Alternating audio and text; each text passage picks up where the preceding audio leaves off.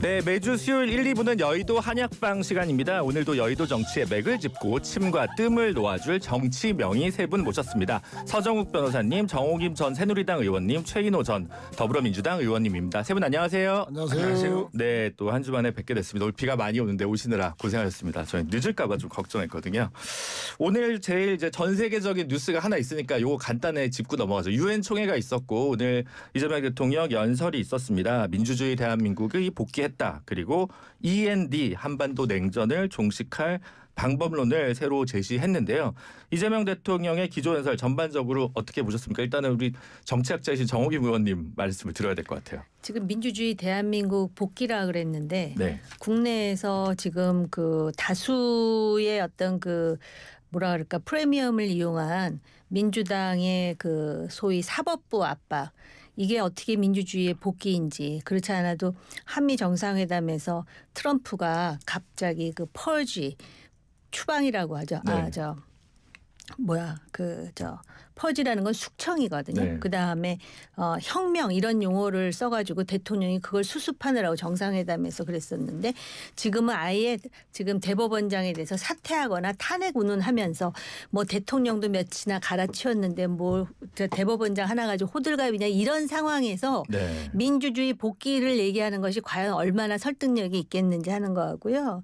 그다음에 두 번째로는 이제 한반도 문제를 위해서 엔드 그러니까는 교류, 익스체인지 그다음에 N은 뭐 노멀리제이션, 정상화 그다음에 D는 디뉴클리제이션이라는 거거든요.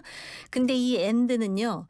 발음은 엔드라고 하는데 결과적으로 에 하다 끝날 거예요. 왜냐하면 교류만 하다가 네. 결국은 정상화라든지 또는 비핵화는 하기 어려워. 이렇게 해가지고 비핵화가 될 거였으면 벌써 비핵화가 이루어졌게요. 오히려 이번에 유엔에서 G7은 한반도의 완전한 비핵화가 우선이다 이렇게 얘기를 하고 있습니다. 그런데 이렇게 얘기하고 또 핵 문제와 관련해서 동결이 우선이다 이런 식의 대통령의 입장이 국제적으로도 설득력이 없거니와 지금 유엔에 가서 연설을 했는데 결국 국내용 아니냐 이런 느낌마저 듭니다. 네, 최인호 의원님 어떻게 보십니까? 우리 정 의원님께서 상당히 혹평을 하셨는데 네. 민주주의를 회복했다. 이런 것은 뭐 온 세계가 다 인정하는 것이고요. 특히 그 미국도 K 데모크라시의 놀라운 회복력 다 찬사를 보내고 있습니다. 아니 뭐 그 사법부 겁박한다 뭐 이렇게 하셨는데 그 부분은 서로 또 할 말들이 있으니까 그렇다고 치더라도 아니 시위와 집회의 자유 다 보장되고 있고 대구에서도 그 많은 그 야당 특히 아스팔트 거구 세력들과 함께 집회하는 거 다 뭐 보장하고 전환기 씨 다 미국 가서 뭐 망명쇼 하고 있지만 다 얼마나 또 할 말 다 하고 갔습니까? 연일 뭐 김건희 구속에 항의하는 또 그 지지자들 다 집회하고 있고요. 언론 자유 다 보장되고 있고 아니 윤석열 전 대통령이 쿠데타 통해서 국회를 해산시키고 언론을 완전히 이제 그 폐쇄시키고 그러면서 이제 친위 쿠데타를 하려 했던 그걸 온 세계인들이 다 봤는데 그게 이제 6개월 만에 진압이 되고 새 대통령이 100일을 지나서 유엔에서 드디어 민주주의의 정상적인 회복을 선언했다. 이것은 참으로 의미가 있다고 생각하고 특히 이제 트럼프와 김정은 간의 이 외교 특히 만날 수 있을까 이게 북미 간의 비공식 실무 접촉이 지금 있을 것이라는 뭐 예측들이 많지 않습니까? 네. 그런 가운데에 협상론 또 단계적인 그 비핵화 뭐 이것을 제시함으로써 저희들이 한반도의 평화 조수석의 역할을 자처했던 이재명 대통령의 나름대로 분위기 조성 이런 것이 국제사회에 널리 알려지면서 뭐 언젠가는 빠르면 올해 안에 잘하면 될 수도 있겠다 하는 그런 기대를 더 불러일으키는 상당히 평화 한반도를 위한 분위기 조성에도 상당히 이제 성과가 있는 그런 연설이었다. 그래서 특히 이제 경제 외교도 많이 했고요. 이 뭡니까 저 블랙록이죠. 네. 세계 최대의 투자회사 회장과 만나서 AI라든지 에너지와의 협력 또 투자 협의 뭐 이런 것에서 상당히 좀 큰 성과가 있지 않겠나. 뭐 그래서 평화나 민주주의나 경제 이런 측면에서 우리가 정상 외교나 또는 정상이 해외에 가서 이렇게 의미 있는 연설이나 메시지를 준 적이 없었는데 거의 7, 8개월 10개월 만에 드디어 대한민국이 지도자도 이제 정상적으로 돌아온 것을 만방에 알린 매우 의미 있는 연설이었다. 상반되는 평가인데요. 서정훈 변호사님. 저는 이제 두 가지 말씀드리면 네. 참 트럼프하고 케미가 안 맞다. 안 맞다. 트럼프는 유엔을 맹비난했습니다. 네. 이재명 대통령은 평가하고 네, 높이 그리고 평가하고. 그 신재생을 거대한 사기극을 했어요. 아, 트럼프 대통령은 기후 변화 자체가 사기고 중국만 배불리한다 이렇게 얘기했죠. 그런데 이재명 정권은요. 네. 오히려 탈원전, 신재생 가고 있잖아요. 네. 전혀 이게 둘이가 물과 기름처럼 안 맞다.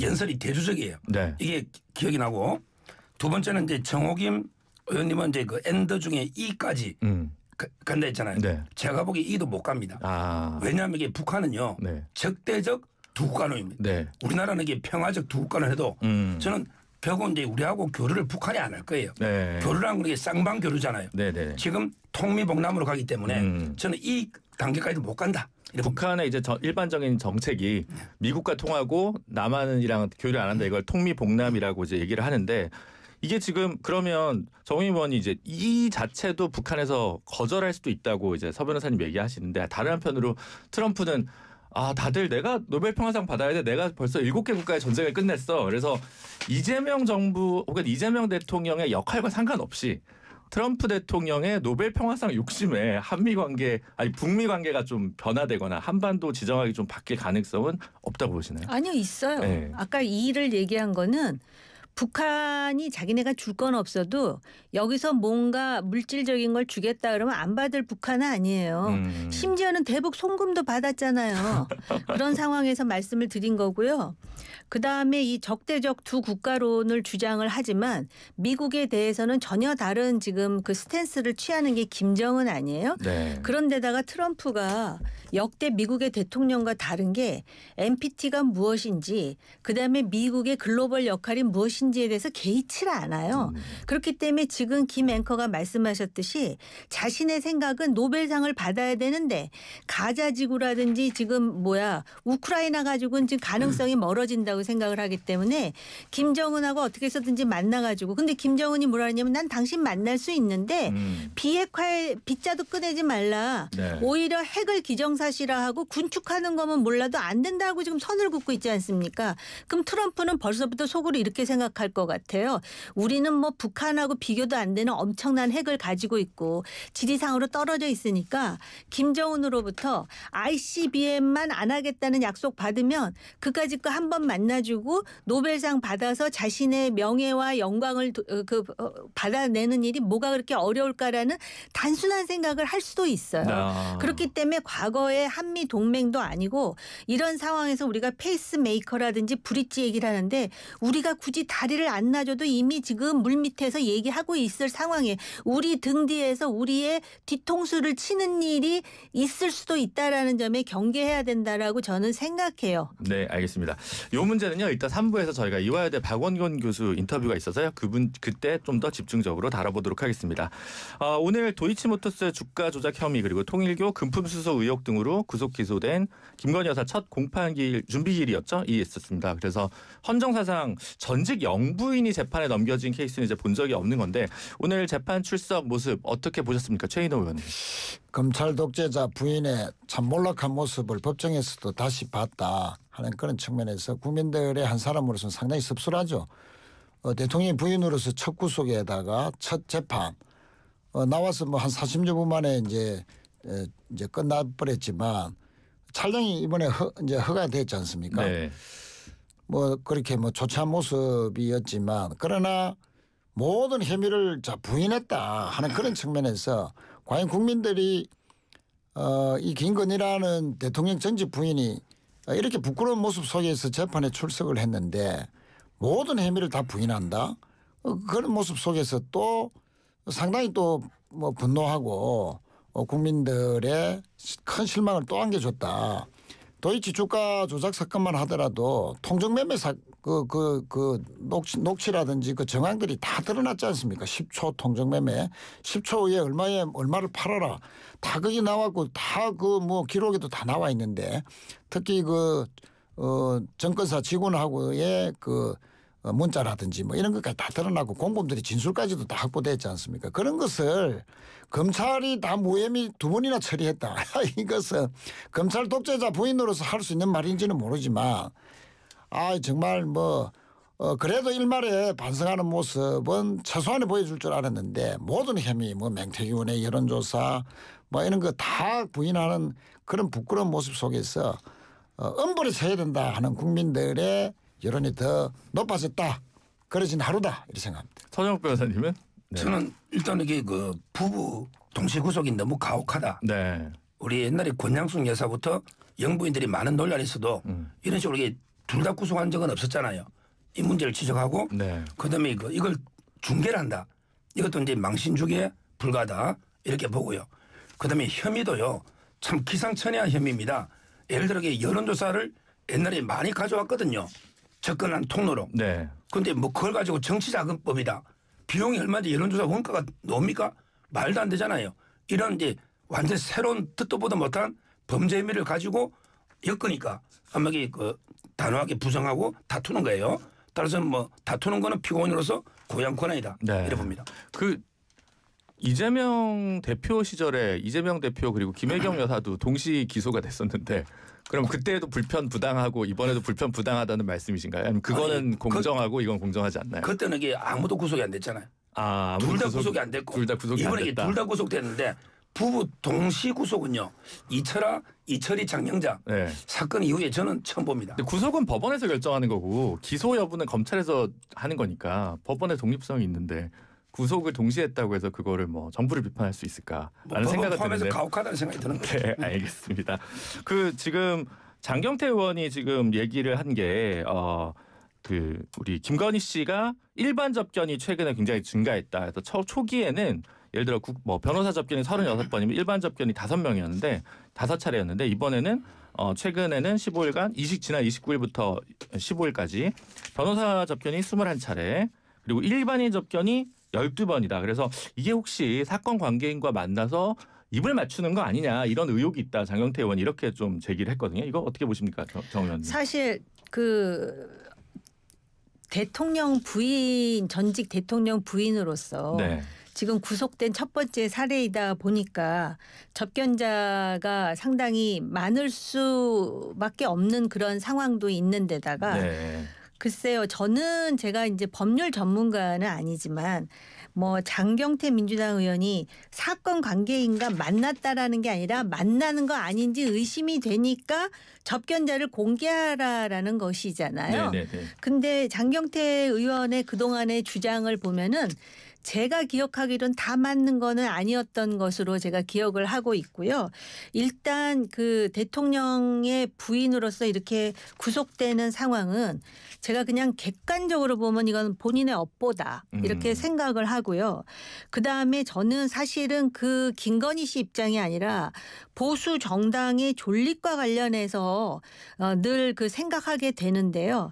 이런 생각을 해봐요. 이거 쓸데없는 생각이긴 한데 역대 대통령들이 말입니다. 결국은 이러한 스캔들 때문에 자기 아들을 감옥에 보낸 경우도 있고 아들 셋을 다 감옥에 보낸 경우도 있고 형을 보낸 경우도 있고 MB 노무현. 뭐 여러 가지 케이스가 있어요. 아주 극단적인 상황을 또 연출한 경우도 있고 그런데 과연 정무적으로 이 도이치모터스 주가 조작과 관련해 갖고 애초에 임기 중에 부인에 대해서 지금 다른 사람들 다 뭐 유죄가 인정된 경우도 있고 뭐 그러다 보니까 그런다 그래서 뭐 아주 중형에 처했던 사람은 또 없는 것으로 알고 있거든요. 불구속 기소라도 시키면서 그 어떤 뭐라 그럴까 그 법의 상식에 맞게 했었으면 극단적으로 과연 대통령이 굳이 개업을 선포할 일이 생겼었을까 여러 가지 생각이 들거든요. 그래서 어쨌든 이 재판은 그 상리에 맞춰서 할 수밖에 없는 것이고 대통령 부인이라고 해서 지금 정권이 바뀌었는데 거기다가 무슨 뭐 특혜를 줄 것도 아니고요. 네. 그럼에도 불구하고 이거는 그 다른 뭐 대통령 부인하고 비교를 하셨지만 이 경우는 가장 심한 경우인 것은 사실이에요. 네. 제가 보더라도. 최인호 의원님. 글쎄 하여튼 뭐 장경태 의원이 약간 헛발 있는 거 아니냐 경향적으로 경험적으로 정홍희 의원이 하지만 재판은 공정하게 잘 이루어져야 뭐 된다. 확률이 네. 그동안 따지고 보면 또 확률이 낮은 건 아니죠. 네. 그러니까 그런데 이게 야구로 치면 3할만 돼도 좋은 건데. 근데 이 법 기술이 좋은 사람들 특히 법꾸라지 뭐 이런 말도 있지만 윤석열 전 대통령이 그 특혜면에 황제면에 뭐 이런 말씀이 많았지 않습니까? 네. 그런데 김건희 씨까지도 이렇게 면회를 그렇게 작게 한다? 그것은 뭔가 증거인멸의 의도를 가지고 면회를 온 사람과 접촉했을 가능성도 배제하지 못하기 때문에 오늘도 사실은 모든 것을 다 아까 말씀드렸지만 혐의를 다 부인해버렸지 않습니까? 네.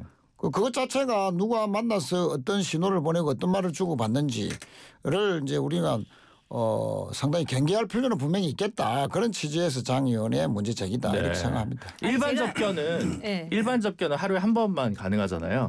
그래서 근데 지금 이제 12번 있었다는 건데 시청자분들이 궁금해하시는 건 청취자분들이 궁금해하시는 건 서정욱 변호사님이 일반 접견이라고 신청을 하셨냐?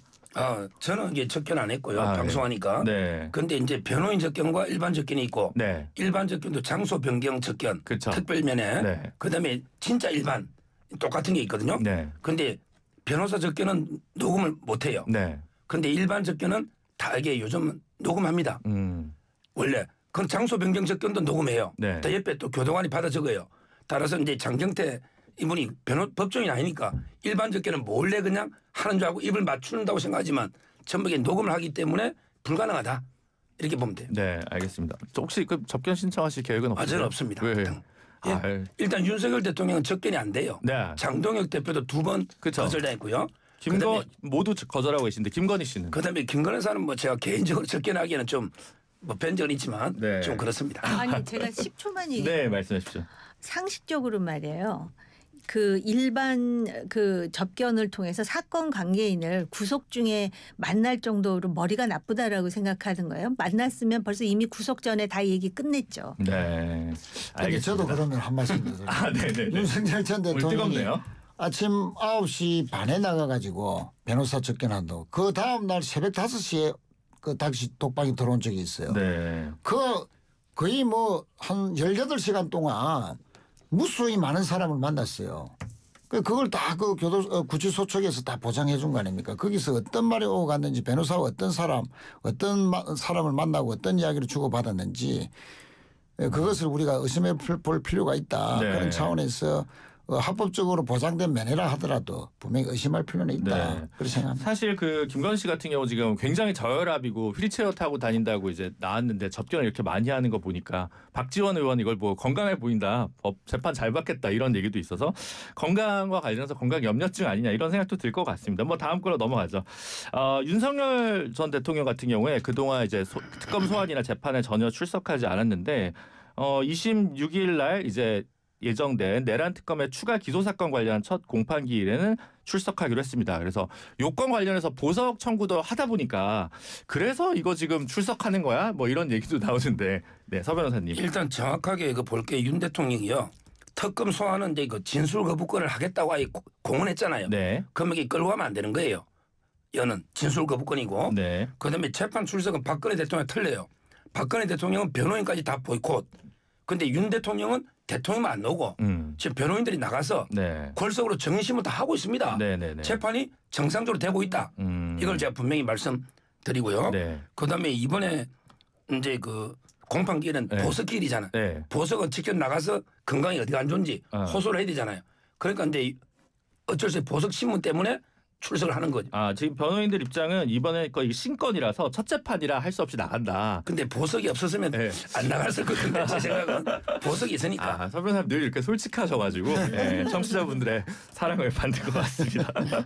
그래서 근데 이제 윤석열 전 대통령이 이제 내란 특검이 구치소 방문한다면 이 조사는 응하겠다 이런 얘기가 또 나와가지고 그래서 방문 조사 가능성은 또 생겼습니다. 그래서 이런 미묘한 변화들 어떻게 봐야 될까요? 네. 그리고 특검도 방문 조사가 가능하면 방문 조사를 할 수 있다라는 지금 유연한 입장으로 조금씩 돌아서는 것 같거든요. 그러면 네. 아무래도 특검이 방문을 해서 지금 조사하는 형식으로 해서 조사를 하지 않을까 이런 생각이 듭니다. 네, 알겠습니다. 여의도 한약방 뜨거운데요. 오늘 여기서 1부는 마무리하고 잠시 후 2부에서 국회 상황을 점검해 보도록 하겠습니다. 잠시만요. 안녕하세요. 배우 남궁민입니다. MZ